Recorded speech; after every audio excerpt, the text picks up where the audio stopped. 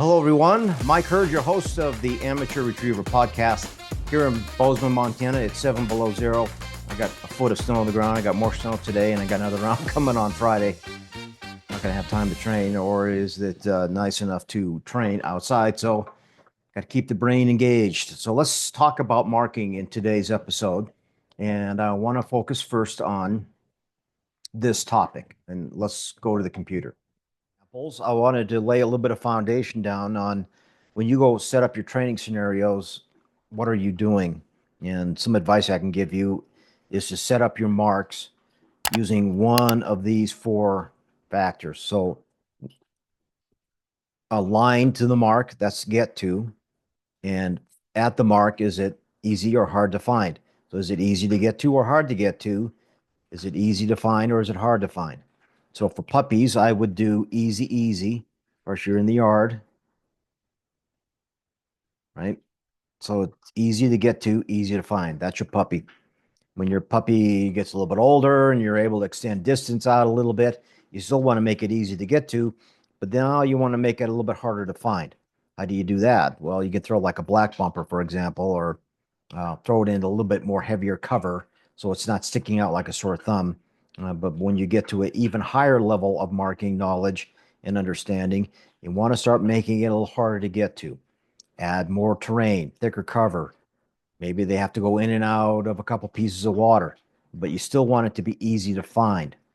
All right, so it's a little bit harder to get to, but it's easy to find. How do you make it easy to find? You throw a bumper or a bird that's got very little cover, or you may want to what we call salt the area. You put 4 or 5 down. Easy to find. But once they get to the master level, finish level, you get into field trials. Now you want to start making it harder to get to, either by longer distance can be harder to get to, or more cover is harder to get to, in and out of multiple pieces of water. That makes it harder to get to. So you're burning up marking memory. So it's harder for them to get to and remember where that mark was at. And then you want to throw it into heavier cover, or you want to, but most judges like to say they want to protect that bird. They want to hide that bird a little bit, make it a little harder to find. And then you got to work on wind and wind direction, etc. So think in those terms when you set up your marks and your training partners, your training group. How do you want your dog to accomplish each and every mark? And some of these can be as simple as just moving up or moving back, okay, depending on your level of dog knowledge and where your dog is at. And I want to talk about just a basic, simple mark, just one single that's out in the field, okay? You come out of the holding blind, you come up the line, you signal, this guy shoots and throws. You send the dog. Now, the dog's going to do one of two things, but I want to help you if you have a fluke and a weird thing happen. If the dog immediately veers away from the mark, you need to stop him as fast as you can, and that is a stern no here. Bring him back. So you got him back at the line. You're pointing him out at this gun and this mark. You send him again, and this time they do that. Well, that's another no here, maybe with a nick on your e-collar. Bring it back. Now you got to decide what is going on with this dog. This dog just didn't see the mark. What's going on? So I would throw it again, and hopefully the dog will go and get it. But if it doesn't and it veers back out again, now you got to stop him again and give him an even stronger, stern no. All right, what are you doing? Here, bring him in. Now you need to decide what's going on with this dog. How much experience does it have? Is this a chronic thing? Is this just a fluke? Is it just a one-time thing? Then you need to move up. So you need to move the line up to here or even up to here and then throw it again. Or another option is to fire hose it. So you're going to be at the original line. This guy's going to throw. You send the dog. This guy's going to pop and throw again. As the dog gets closer to it, you're going to throw again. And hopefully that pulls that dog's attention to the mark. Now, the other option you have is to put a white bucket or a white marker. Okay, let's say you put a white marker out there, similar to what you use for your blinds. And that topic is covered under my third episode Anyway, take a look at that if you want to. I'll put a little click box up here on the top. So now you back at the original line, you throw to this white marker. You send the dog. Then you may throw again to the white marker. But now you're giving the dog a target to look at and focus in on, hopefully pulling its attention here. Now, you may have to do this for a while, but it's not something I would do over and over and over again with this white target. So that's one scenario to help you if your dog just does a goofy thing. And if it's a chronic thing, you need to fix it as fast as you can because you can't move on. All right, so let's say you come up with another dog and you throw the mark and the dog goes right to the mark. That's what you're looking for, right? Perfect. Give that dog a 10, put him back on the truck, or you may run another blind or another mark or whatever, but we're just simplifying this with the simple mark. Okay, so that's the ideal thing, right? Go right to the bird. That's what you're looking for. Now, what if a dog goes under the arc? Well, now you don't know where they're going to go, but typically when you come under the arc, dogs will tend to hunt back towards the gun. And thus, that's not, it's something that if you had it in a competition or a hunt test, okay, I would take that better than being way behind the gun or way outside the gun, etc. But it's not ideal because if you go under the arc, they typically hunt back towards the gun. Now, if they end up back in here, if they go behind the gun because they think the mark went that way, well, now you're back into that original scenario that we just discussed a moment ago, and this is a no. This is not what you want. So under the arc is depending on the wind. If the wind was blowing that way, it might be okay, but the wind was blowing in the other direction. I mean, they're going to hunt towards the gun and into the wind. So it's a tricky thing to get a dog to go under the arc. So you have to watch for that. And that might be something you note in your training log that you have to work on dogs not going under the arc. All right. Then the other scenario is a dog that comes outside the mark and hunts back towards the gun. So that is another fantastic mark, in my opinion. So my corridor on this blind, I'm trying to get them to stay somewhere inside that corridor. Okay.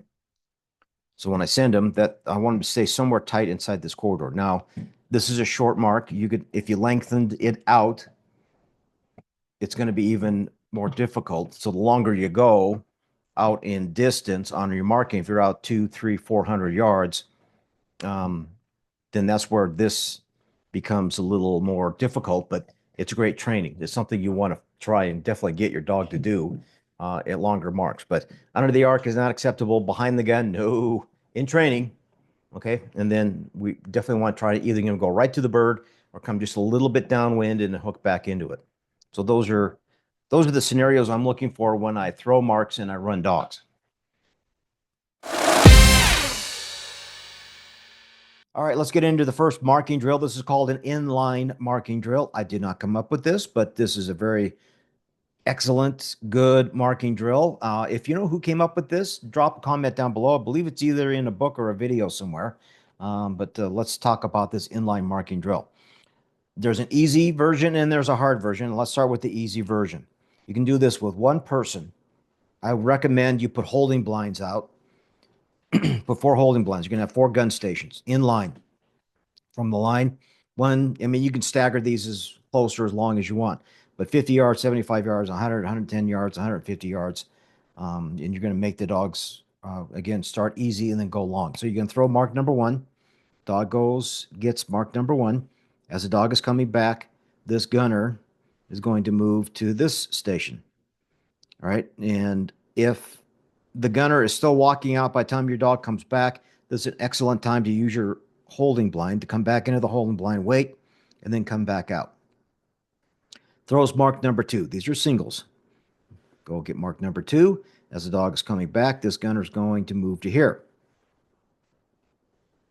Again, if the dog is back online before that gunner gets to this gun station, bring it back into the holding blind. And when you're ready, come back out. Throw mark number 3. Go get mark number 3 as a single. As the dog's coming back, this person moves to here and is going to throw number 4 again as a single and go and get that as a number as a single. Now these can be flat throws, these can be angle back throws, These can be an in throw, whatever you want to work on. These are great marks to do so. So this is an inline marking drill. This is the easy version. Now, if I had a dog that just went out there and smacked this, it's in the morning, it's cool out, the dog's not overly tired, not laboring with the breath, not huffing and puffing pretty good, I might continue this. And if I did, well, two trains of thought. One, it's good to quit on success, right? Be successful, you're done, let's move on. Or if you want to try and push it, I wouldn't recommend it for the first or second or third time you do this.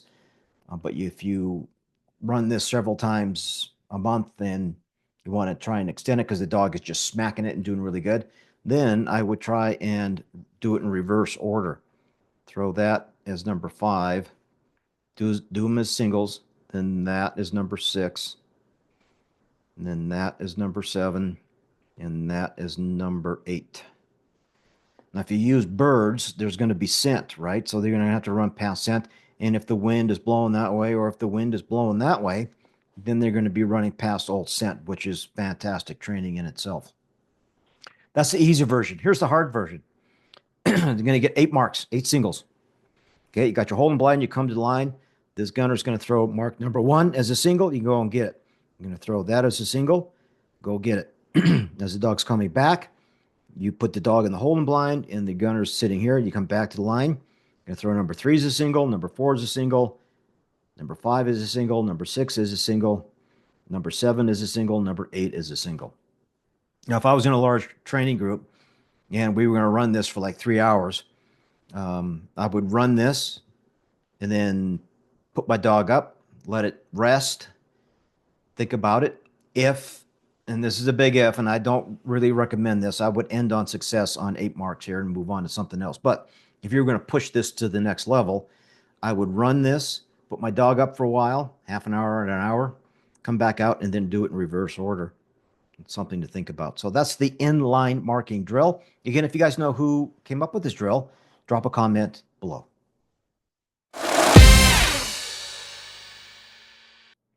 Let's move on to the wide drill. This is a drill I don't run very often, and I don't know a whole lot about it, but I did pose that question to Pat Burns last night on his Elite Retriever Revolution Zoom call, and we'll have a soundbite from Pat here in just a minute. But one of the things he brought up was the wide drill, a Bill Hillman drill, and let's take a look at that as I know it. All right, so you have, again, just a basic marking setup. You have your hole in the blind, you come to the line. You have hopefully a live gunner or just throwing dead birds or even bumpers. But the premise of this drill is to teach the dog what a flat throw looks like. You run these as singles. What an angle back throw would look like. Again, running that as a single. And what an in throw would look like running that as a single. So in essence, this looks like the letter Y. So you're just teaching a dog basic marking concepts. What is a big wide throw? What is an angle back throw? What's an in throw? That's the wide drill as I know it. But this could be something you do in the backyard. This is, probably a 40, 50, 60-yard deal. And it's just something, especially for young dogs, to teach them different types of marking scenarios. All right, moving on to the king of marking drills. This is something every young dog trainer does, and even those of you that are older dogs could probably get benefit out of this. So what am I talking about? Just the classic walking singles. Walking singles. I don't know if you can see that. Back up the computer. Walking singles. Okay. So the premise here is that you're in a field. Okay, of course, you have your holding blind. You come out to the line right here.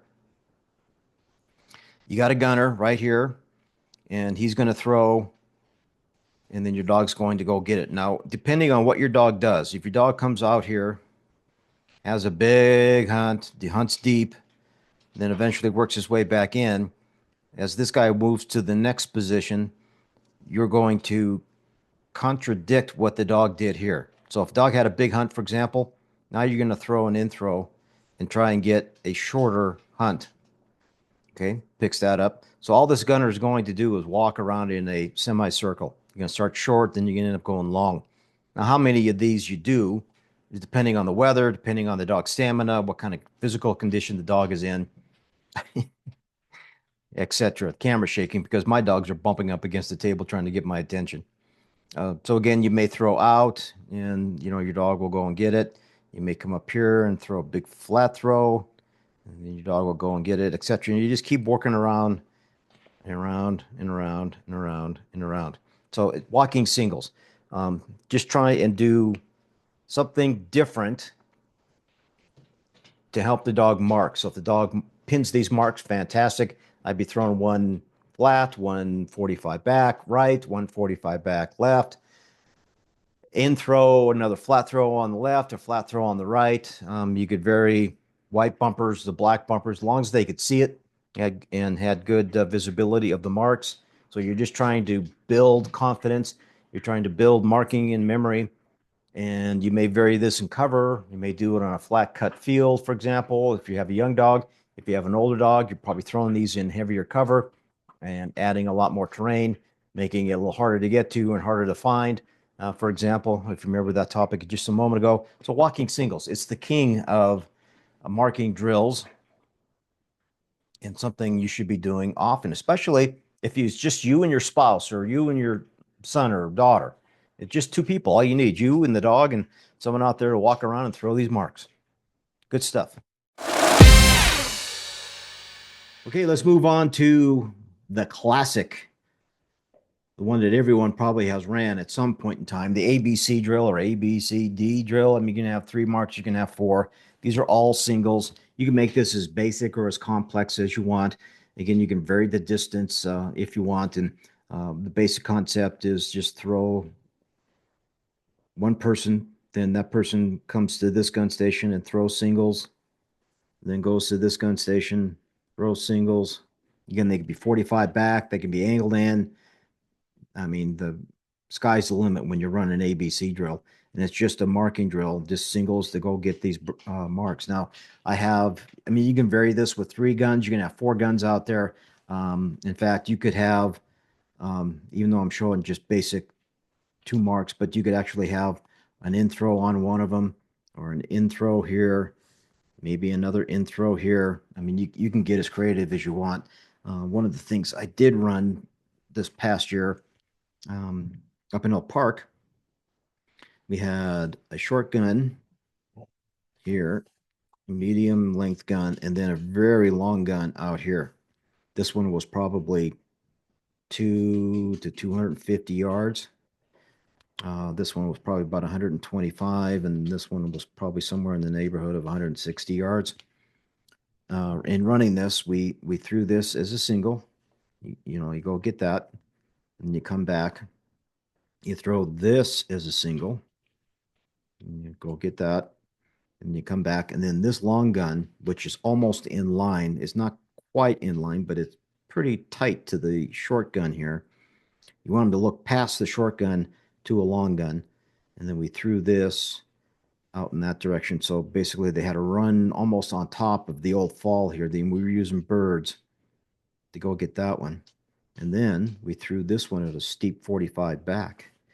And then you had to run past this gun, past this mark, and go and get that.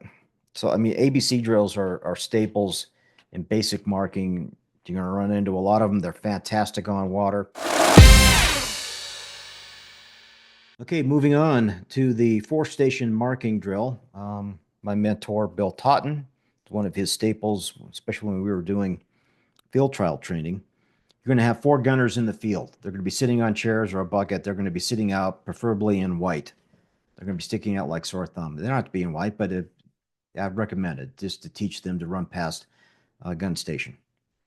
How you vary these marks can be the Wild West. I mean, it can be anything and everything, however you want to do it. The length can be different in terrain, water, land, water, heavy cover, short cover, whatever you want to do. But one of the things that we do in this drill is that we run a mixed bag of marks. What do I mean by that? One gun station might have black bumpers on one mark and you'll throw a white bumper on the other. One gun station may be throwing a bird and a black and white bumper. One station may be throwing the flasher ATBs on one and a bird on the other. And then one gun station may be just throwing all white bumpers. So you can mix up the different colors, birds and bumpers, and teach the dog that whatever you throw out there, that's what we're going to get. If your dog can't handle that, don't worry about it. Just throw all bumpers or all birds. But this is a great teaching concept. So these are all singles. You're going to get 8 singles. Okay. So you can vary this from short to long, long to short, however you want to do it. Again, it's the Wild West. But each gun station, it will be throwing at least 2 marks. Draw this out real quick. And again, you could throw, if you want to build a concept, you could throw a mark in front of a gun. You could have a hay bale out here. You can have logs. I mean, you can get really creative on how you want to do this. You can put decoys out, however you want to do it. But when you set this up, it's good to have a whiteboard with you in your training group so you can tell the gun stations, okay, you're going to be throwing mark number 1. You're going to be throwing mark number 2.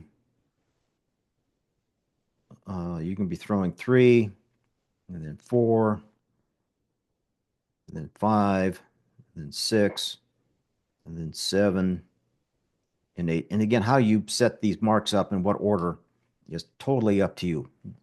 But it's good to tell this gun station, all right, you're throwing mark number 1 and mark number 6. You're throwing mark number 2 and mark number 5. You're throwing 7, 3 and 7, and 4 and 8. Again, highly varied. You can vary the marks in the order that you throw these in. You want to go short. You want to throw this one and then immediately run past it to get a longer one. You can have an angled back. You can have a flat throw. You can have angled in throws.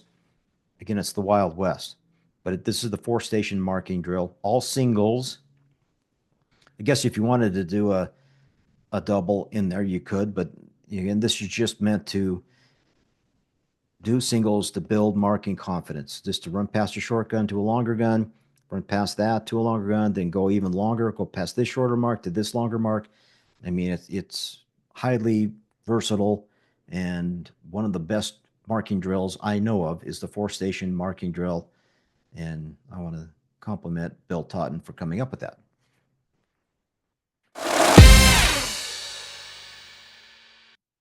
All right, the next drill is something you'll see a lot of professionals doing, and I got to compliment Elite Retrievers and Pat Burns and his Retriever Revolution. I'm a member of that, and they had a discussion. I can't remember with who, but he had a webinar on there, and they were talking about singles off of multiple guns, but they don't just do 3 singles. They don't do 4. They don't do 5. They had like 6 guns out there. You're doing 6 singles, so you could really get creative on what does your dog need. Does it need to run past a gun? Does it need to work on check down birds? Does it need to do both long and short marks? Again, singles off of multiple guns. But if you're going to do it and you only have 3 people, fine, do it. But you know, the concept here is to have a gun here, have a gun here, have a gun here, you know, have another one there, have one here, have one there. But again, it's got to be cool out, and they may only throw one direction, for example, but you're just doing 6 singles, and how you build this is totally up to you.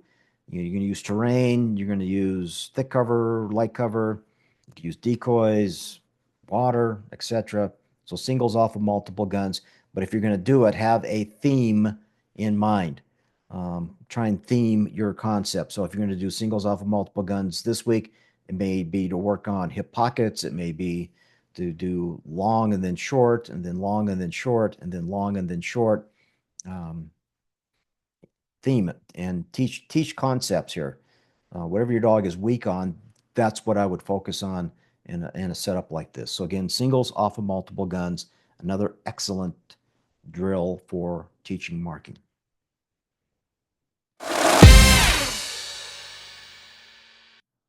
All right, another marking concept I'd like to share with you again, is something that I learned with professional retriever trainer Bill Totten. When I was training, especially in winter trip training, and we were down in California for the winter, I'd spent a couple weeks down there when my dog Dusty was running. And one of the things he liked to do is spend like 4 or 5 days teaching one setup. What we would do is we would have a whole truck full of dogs. We'd bring the dogs out one at a time, and we would run a single or two singles. So, for example, we were going to shoot a flyer and then maybe a check down bird. So these would be singles, and then put the dogs up on the truck. Or we may just run this single here and put the dogs on the truck, and then come back and then run this single and then a flyer, put the dogs in the truck. So that would be day one. Day two, we come back out. We would add another mark. So we would run maybe that as a single, or possibly that as a double, and then that as a single. We do that on the second day. Then on the third day, we may add a long retired. So we may do that as a double, that as a single, that as a single. Put the dogs in the truck. Then the fourth day, we may come out and just run nothing but a quad. So if the dogs had trouble within any particular mark, we would repeat and help. And so they understand the concept that we were trying to teach in that specific mark. So we do singles. But then as we build this up over 4 or 5 days, then we're going to come back and run it just like we would at a field trial. And how we throw these could vary highly, but we would set this up. So we would build this over several days. 4 or 5 days, we would build up marking concepts. This could be a land water scenario. I mean, these marks can be 300 to 400 yards. Some could be 50, 60 yards, and just depends on what concept that we're having trouble with and we want to teach the dogs. But teach for short retired, a long retired, have a live flyer in there, have a hip pocket, for example, is a great way to teach marking and build marking memory, and to take 4 marks and build them over a course of 3 to 4 days, and then wrap up with a quad. Now, sometimes dogs would not do very good on the quad, but again, that's training. But again, it's a good concept that I like. I know some pros really don't like to do that because they want to teach a dog to go back to an old fall, but build up and building memory and teaching a difficult triple or difficult quad is one way of doing it, by building this up over a course of 3 to 4 days. So again, that's the build up marking, multiple marking. Do I have a favorite marking drill?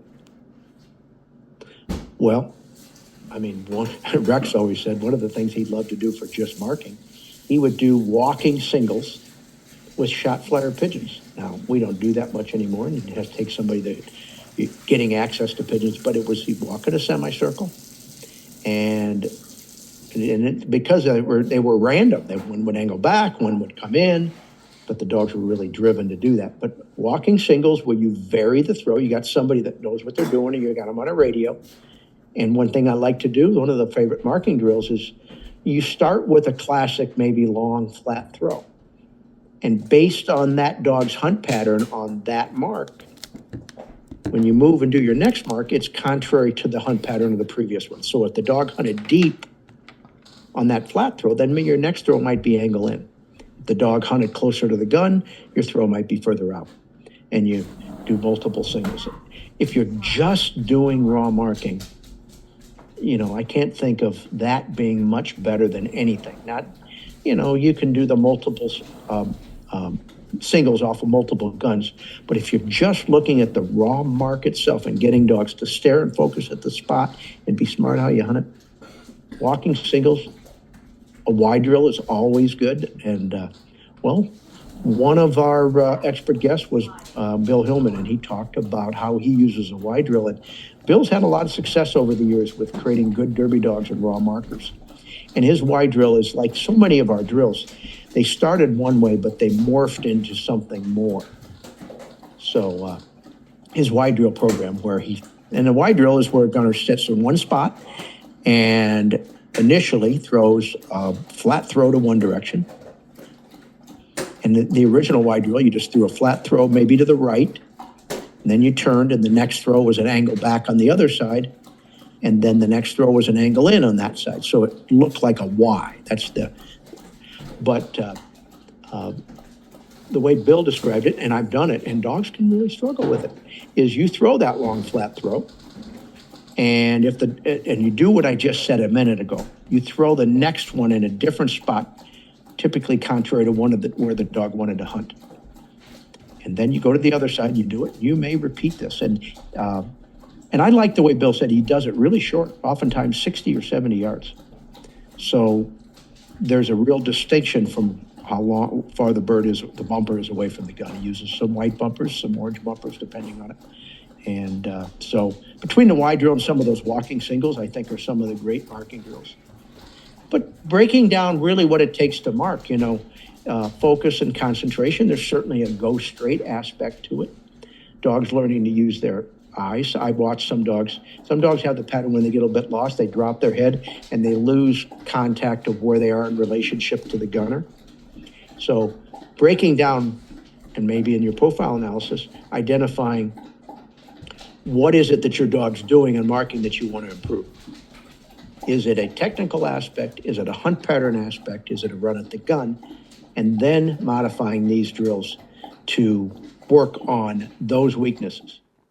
Great stuff there from Pat Burns. I can't tell you how much I've enjoyed being a part of his Retriever Revolution.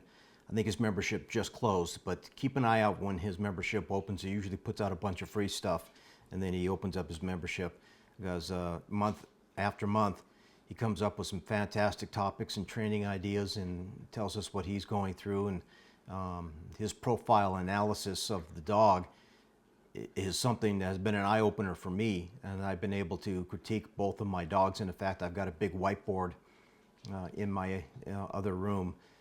I have listed there are things that I need to work on, and can't wait to get back out once the weather warms up to do so. So I hope you found this to be useful and informative. And unfortunately, I'm not showing dogs running in the field. I'm just kind of giving you a breakdown analysis of what marking drills there are. If you have a favorite marking drill that wasn't covered in this podcast, please leave a comment down below, and I'd love to hear that. And maybe we can do another podcast on other marking drills that are available out there to help all of our amateurs out there in the world to become better dog trainers and have more success at hunt tests and field trials.